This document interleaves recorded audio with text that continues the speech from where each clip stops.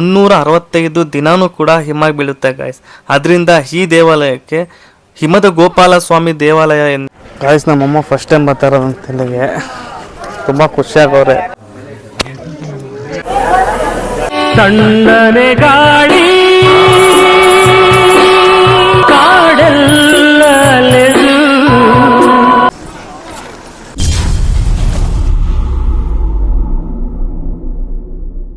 Hi hello ಎಲ್ರಿಗೂ ನಮಸ್ಕಾರ. Welcome and welcome back to my YouTube channel. ಯಾರು ನನ್ನ ಚಾನಲ್ನ ಫಸ್ಟ್ ಟೈಮ್ ನೋಡ್ತೀರಾ ಸಬ್ಸ್ಕ್ರೈಬ್ ಮಾಡ್ಕೊಳ್ಳಿ, ಪಕ್ಕದ ಬೆಲ್ಲೈಕನ್ನ ಕ್ಲಿಕ್ ಮಾಡಿ. ಇನ್ ಕೇಸ್ ನನ್ನ ವೀಡಿಯೋಸ್ ನಿಮಗೆ ಇಷ್ಟ ಆದರೆ ಲೈಕ್ ಮಾಡಿ, ಶೇರ್ ಮಾಡಿ, ಸಬ್ಸ್ಕ್ರೈಬ್ ಮಾಡಿ ಗಾಯ್ಸ್. ಇವತ್ತು ನಾವು ಎಲ್ಲಿ ಹೋಗ್ತಿದ್ದೀವಿ ಅಂತಂದರೆ ಕರ್ನಾಟಕದಲ್ಲೇ ಊಟಿ ಅಂತ ಫೇಮಸ್ ಆಗಿರೋ ಅಂಥ ಹಿಮವದ್ ಗೋಪಾಲ ಸ್ವಾಮಿ ಟೆಂಪಲ್ಗೆ ಹೋಗ್ತಾಯಿದ್ದೀವಿ. ಬನ್ನಿ ಹಿಮವದ್ ಗೋಪಾಲ ಸ್ವಾಮಿ ಟೆಂಪಲ್ಗೆ ಹೋಗೋಣ. ಅಲ್ಲಿ ಯಾವ ಥರ ವೆದರ್ ಇದೆ ಅಂತ ತೋರಿಸ್ತೀನಿ.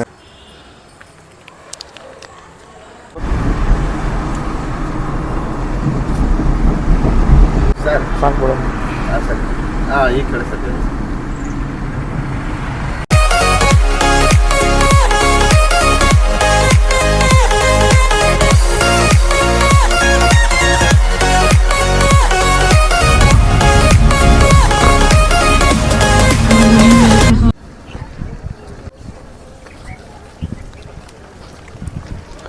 ಗಾಯ್ಸ್, ನಾವೀಗ ಹಿಮವದ್ ಗೋಪಾಲ ಸ್ವಾಮಿ ಟೆಂಪಲ್ಗೆ ಬಂದಾಯಿತು.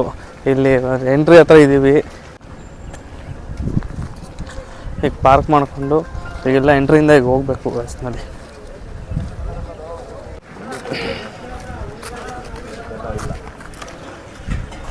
ಗಾಯ್ಸ್, ನಮ್ಮಮ್ಮ ಫಸ್ಟ್ ಟೈಮ್ ಬರ್ತಾ ಇರೋದಂತ ಇಲ್ಲಿಗೆ, ತುಂಬ ಖುಷಿಯಾಗವ್ರೆ.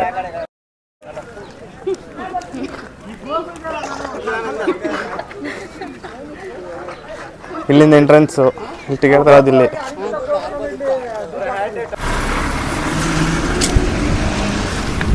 ಗಾಯ್ಸ್, ಇಲ್ಲಿಂದ ನಮಗೆ ಓನ್ ವೆಹಿಕಲ್ ಬಿಡೋಲ್ಲ. ನಾವಿಲ್ಲಿಂದ ಬಸ್ಸಲ್ಲೇ ಹೋಗ್ಬೇಕು, ಇಲ್ಲ ಜೀಪಲ್ಲಿ ಹೋಗ್ಬೇಕು. ಬಸ್ಸಲ್ಲಾದರೆ ಪರ್ ಹೆಡ್ 60 ರೂಪಿ, ಜೀಪ್ ಆದರೆ 200. ನಾವೀಗ ಬಸ್ಸಲ್ಲಿ ಹೋಗ್ತಿದ್ದೀವಿ ಫ್ಯಾಮಿಲಿಯಲ್ಲಿ.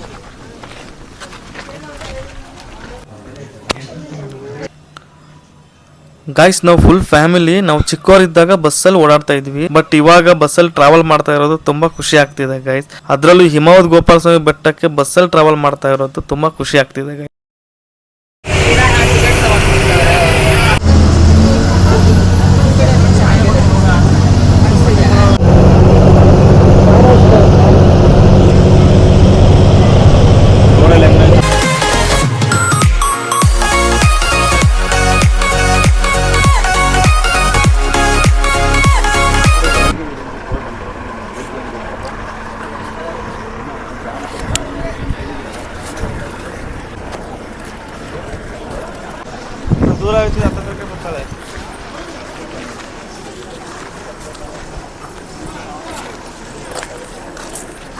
ಗಾಯ್ಸ್, ನಾವೀಗ ಟೆಂಪಲ್ಗೆ ಬಂದ್ವಿ. ಟೆಂಪಲ್ ಹೇಗಿದೆ ಅನ್ನೋ ತೋರಿಸ್ತೀನಿ ಬನ್ನಿ. ಬಂದಿದ್ದು ಲೇಟ್ ಆಗ್ಬಿಡೈತೆ, ನಾವು ಆಲ್ರೆಡಿ ತುಂಬ ಲೇಟ್ ಆಗೈತೆ, ಬಿಸಿಲು ಸ್ಟಾರ್ಟ್ ಆಗ್ಬಿಡೈತೆ. ನಿಮಗೆ ಟೆಂಪಲ್ ಹೇಗಿದೆ ಅಂತ ತೋರಿಸ್ತೀನಿ ಬನ್ನಿ. ಕೃಷ್ಣ ಪರಮಾತ್ಮ ಇಲ್ಲಿ ವರ್ಷದ ಎಲ್ಲ ಕಾಲಗಳಲ್ಲಿ 365 ದಿನಾನೂ ಕೂಡ ಹಿಮ ಬೀಳುತ್ತೆ ಗಾಯ್ಸ್. ಅದರಿಂದ ಈ ದೇವಾಲಯಕ್ಕೆ ಹಿಮದ ಗೋಪಾಲ ಸ್ವಾಮಿ ದೇವಾಲಯ ಎಂದು ಹೆಸರು ಬಂದಿದೆ ಗಾಯ್ಸ್. ಕರ್ನಾಟಕದಲ್ಲಿ 106 ಐತಿಹಾಸಿಕ ತಾಣಗಳಿವೆ. ಅವುಗಳ ಜೊತೆ ಹಿಮದ ಗೋಪಾಲ ಸ್ವಾಮಿ ಬೆಟ್ಟ ಕೂಡ ಒಂದು ಗಾಯ್ಸ್. ದೇವಸ್ಥಾನ ಇದೆ.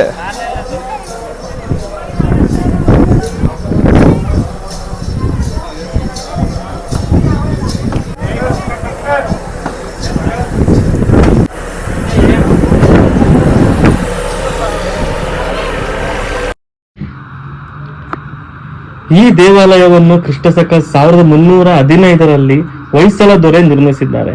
ತದನಂತರ ಮೈಸೂರಿನ ಒಡೆಯರ್ ರಾಜ್ಯದ ಅರಸರು ಇದರ ಉಸ್ತುವಾರಿಯನ್ನು ನೋಡಿಕೊಳ್ಳುತ್ತಿದ್ದರು ಹಾಗೂ ಅಭಿವೃದ್ಧಿಯನ್ನು ಮಾಡಿಕೊಟ್ಟಿದ್ದಾರೆ.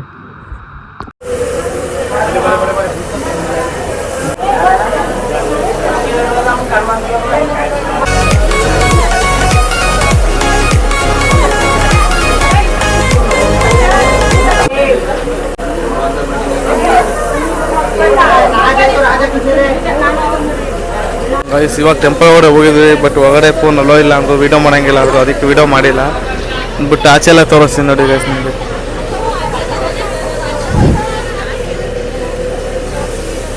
ಭಕ್ತಾದಿಗಳು ಬಂದವ್ರಿಗೆ ಇಲ್ಲಿ ಕೂಡ ದಾಸೋಹ ಇದೆ.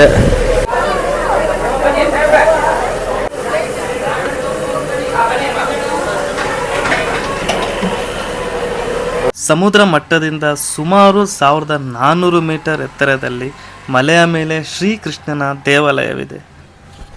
ಗಾಯ್ಸ್, ಇಲ್ಲಿ 14ನೇ ಶತಮಾನದಲ್ಲಿ ಅಗಸ್ತ್ಯ ಋಷಿಮುನಿ ನಿರ್ಮಿಸಿದ ವೇಣುಗೋಪಾಲ ಸ್ವಾಮಿ ದೇವಾಲಯದಲ್ಲಿ ಭಗವಾನ್ ಶ್ರೀಕೃಷ್ಣ ವೃತ್ಯ ಭಂಗಿಯಲ್ಲಿ ನಿಂತು ಕೊರಳನ್ನು ನುಡಿಸುವ ವಿಗ್ರಹವಿದೆ. ಹಿಮದ ಗೋಪಾಲ ಸ್ವಾಮಿ ಬೆಟ್ಟವು ಬಂಡೀಪುರ ರಾಷ್ಟ್ರೀಯ ಉದ್ಯಾನದ ಅತಿ ಎತ್ತರದ ಶಿಖರವಾಗಿದೆ.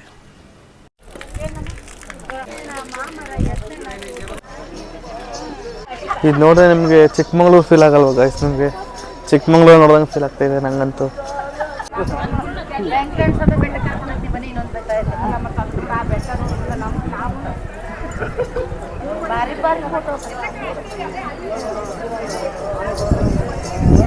ದಂತಕಥೆ ಪ್ರಕಾರ ಒಂದೊಮ್ಮೆ ಅಗಸ್ತ್ಯ ಮುನಿಗಳು ಕಠಿಣವಾದ ತಪಸ್ಸನ್ನು ಆಚರಿಸುವುದರಿಂದ ಸ್ವತಃ ವಿಷ್ಣುವೇ ಪ್ರತ್ಯಕ್ಷವಾಗಿ ಅವರ ಇಚ್ಛೆಯ ಅನುಸಾರವಾಗಿ ಇಲ್ಲಿಗೆ ಬಂದು ನೆಲೆಸಲು ಸಮ್ಮತಿಸಿದರಂತೆ ಗೈಸ್.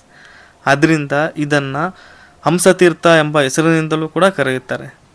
ಬಂಡೀಪುರ ರಾಷ್ಟ್ರೀಯ ಉದ್ಯಾನವನ ಚಾಮರಾಜನಗರ ಜಿಲ್ಲೆಯ ಗುಂಡ್ಲುಪೇಟೆ ತಾಲೂಕಿನಲ್ಲಿದೆ ಗೈಸ್.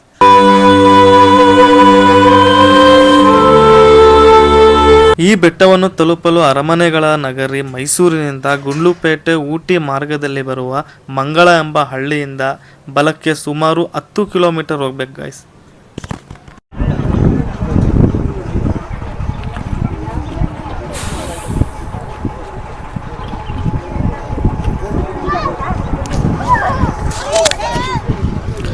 ಗೈಸ್, ಈಗ ನಾವೆಲ್ಲ ಟೆಂಪಲ್ನ ಮುಗಿಸ್ಕೊಂಡು ಮತ್ತೆ ಹೊರಡ್ತಾ ಇದ್ದೀವಿ. ಬಸ್ ಬಂದೈತೆ, ಬಸ್ ಹತ್ತಿದ್ದೀವಲ್ಲ.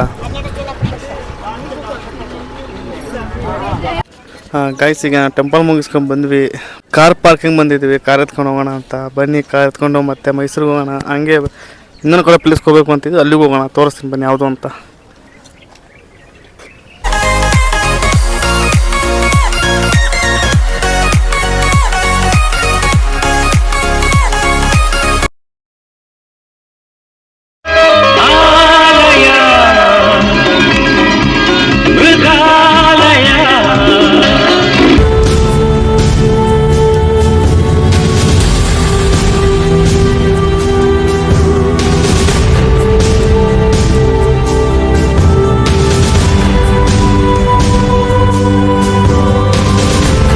ಬಂಡೀಪುರ ಅಭಯಾರಣ್ಯನ ಹುಲಿಗಳ ತಾಣ ಅಂತಾನೆ ಹೇಳ್ತಾರೆ. ಭಾರತದಲ್ಲಿ 2ನೇ ಅತಿ ಹೆಚ್ಚು ಹುಲಿಗಳನ್ನು ಹೊಂದಿರುವ ಪ್ರದೇಶವಾಗಿದೆ ಗಾಯ್ಸ್. ತಣ್ಣನೆ ಗಾಳಿ